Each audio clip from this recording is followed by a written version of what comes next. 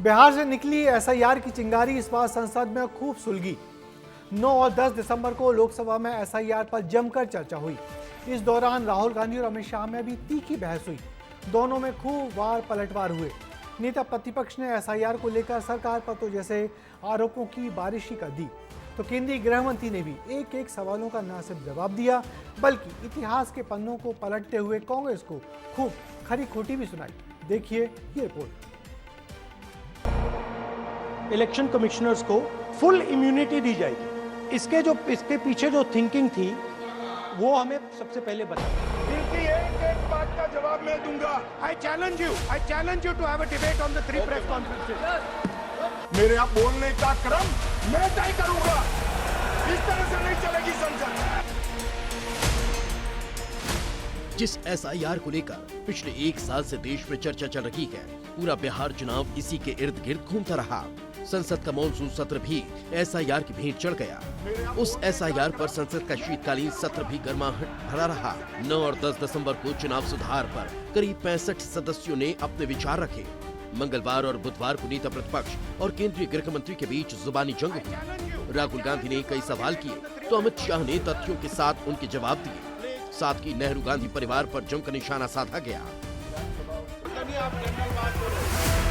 Vote चोरी is an anti national.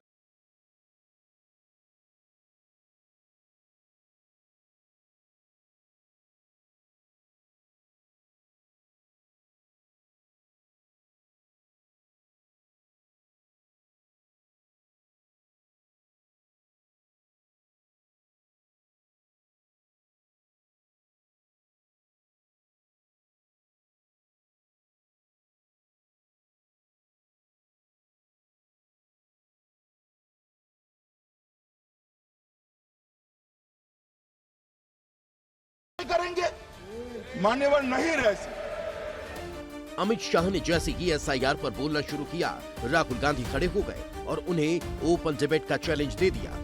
भाषण के बीच टोकने से तमतमाए शाह ने राहुल गांधी पर तीखे वार किए। उन्होंने कहा कि मेरे भाषण का क्रम आप तय नहीं करेंगे। राहुल गांधी जिन 3 प्रेस कॉन्फ्रेंस का जिक्र कर रहे थे, उनमें से एक हरियाणा चुनाव के बाद 5 नवंबर 2025 को भी राहुल की प्रेस वार्ता भी थी, जिसमें ब्राजीलियन मॉडल की प्रदेश के 10 बूथों पर 22 वोटिंग और एक परिवार के 501 वोट के आरोप लगाए गए थे। अमित शाह ने संसद में इसका जवाब दिया। जो 3 प्रेस कॉन्फ्रेंस में, एक सादा प्रेस कॉन्फ्रेंस, एक एटम बम वाला प्रेस कॉन्फ्रेंस, एक परमाणु बम वाला, ये तीनों में क्या हुआ, इसके सारे जवाब मिले। Amit Shah ji, I challenge you to have a debate on the 3 press conferences. Uttar Pradesh में और हरियाणा में दोनों चुनाव में वोट कैसे दे रहे हैं, ये भी जवाब दे दीजिए। विपक्ष के नेता महोदय कहते हैं कि पहले मेरी बात का आप जवाब दीजिए, मैं सुनना चाहता हूं। आपकी मुंसफी से संसद नहीं चलेगी।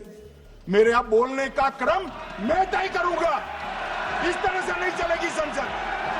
क्या गलत बोला उन्होंने? उन्होंने यही बोला, आपने जो बात उठाई है मुझे कब बोलना है मैं तय करूंगा, यही बोला ना। उसमें क्यों उत्तेजित हो रहे हो आप? बोलिए। आपने अगर अमित शाह जी का रिस्पांस देखा तो ये कंप्लीटली डिफेंसिव रिस्पांस है। ये घबराया हुआ रिस्पांस है। आपके चेहरे पर चिंता की लकीरें मैं देख रहा हूं। बात यही खत्म नहीं हुई। अमित शाह ने बता दिया कि इससे पहले कब कब एसआईआर हुई और बीजेपी ने विपक्ष में रहते हुए कभी इसका विरोध नहीं किया। शाह ने कहा कि एसआईआर वोटर लिस्ट साफ करने के लिए जरूरी है, चुनाव सुधार के लिए आवश्यक है।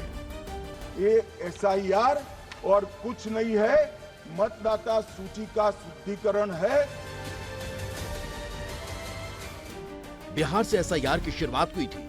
दूसरे चरण में देश के 12 राज्यों में एसआईआर का काम हुआ, जिसमें से 6 प्रदेशों में एसआईआर की डेडलाइन बढ़ा दी गई, जिसमें मध्य प्रदेश और छत्तीसगढ़ भी शामिल गए। हालांकि मध्य प्रदेश में एसआईआर की तारीख में इजाफा करने से बीएलओ खुश नजर नहीं आ रहे थे। ब्यूरो रिपोर्ट, विस्तार न्यूज। और इस खास मुद्दे पर बात करने के लिए हमारे साथ स्टूडियो में वरिष्ठ पत्रकार संजीव आचार्य जी हैं।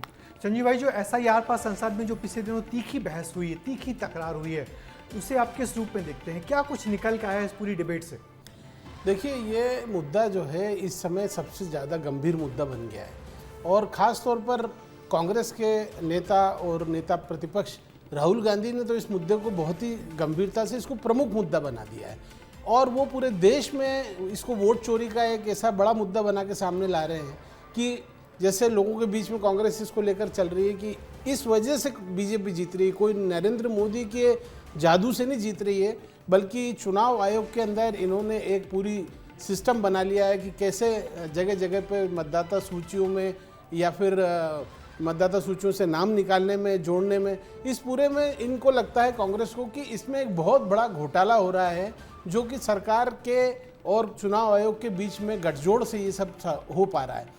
इसलिए एसआईआर के मुद्दे पे लगातार ये लोग हमलावर हैं और ये आपको ध्यान होगा ब्रजेश जी कि महाराष्ट्र के चुनाव के तत्काल बाद से ये बात बनकर आई थी। बिल्कुल, तब 6 लाख वोट जुड़े थे और राहुल गांधी ने तब भी कहा था कि ये जो 6 लाख वोट बाद में जुड़े हैं यही वो मूल चीज़ है जहाँ से कि बीजेपी की जीत निकल के आई है और उनका मानना था कि ये वोट जुड़वाए गए हैं लगातार और उसके बाद से वो इस पर काम कर रहे थे, कांग्रेस की टीम काम कर रही थी, तमाम लोगों के बीच में जो इनके ब्यूरोक्रेट्स रिटायर्ड हैं वो काम कर रहे थे और उन्होंने ये पता करके बताया कि बहुत भारी गड़बड़ियाँ हो रही हैं। मगर मेरा सवाल आपसे ये है, क्या ये राहुल गांधी जो आरोप लगाए थे उसके बाद जिस तरीके से अमित शाह ने जवाब दिया, तो ये बात को साबित कर पाए राहुल गांधी या अपनी बात को साबित कर पाए अमित शाह?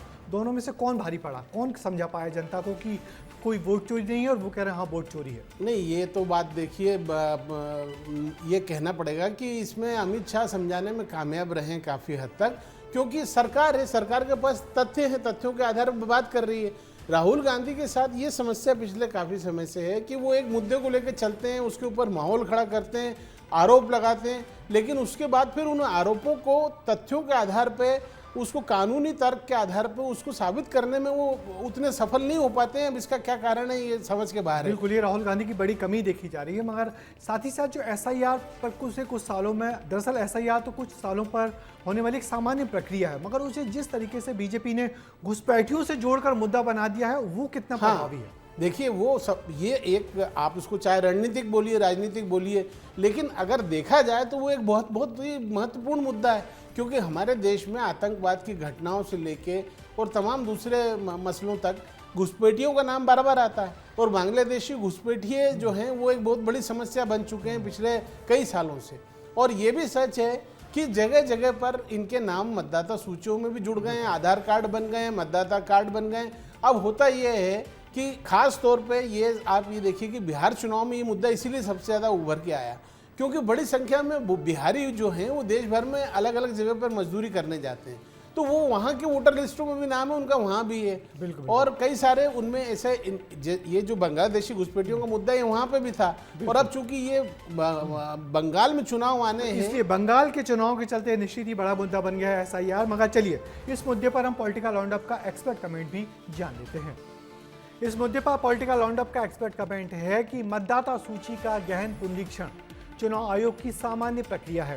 पहले कभी इस पर इतना हंगामा नहीं हुआ, मगर अब जिस तरीके से चुनाव की विश्वसनीयता पर सवाल उठ रहे हैं, इसलिए इस प्रक्रिया को भी अब संदेह की निगाहों से विरोधी दल देख रहे हैं, प्रश्न खड़े कर रहे हैं, मतदाता सूची में नाम काटने को भी बड़ा मुद्दा बना रहे हैं। मगर संसद की बहस से इस प्रक्रिया से बहुत सारा कुहासा तो छट ही गया है।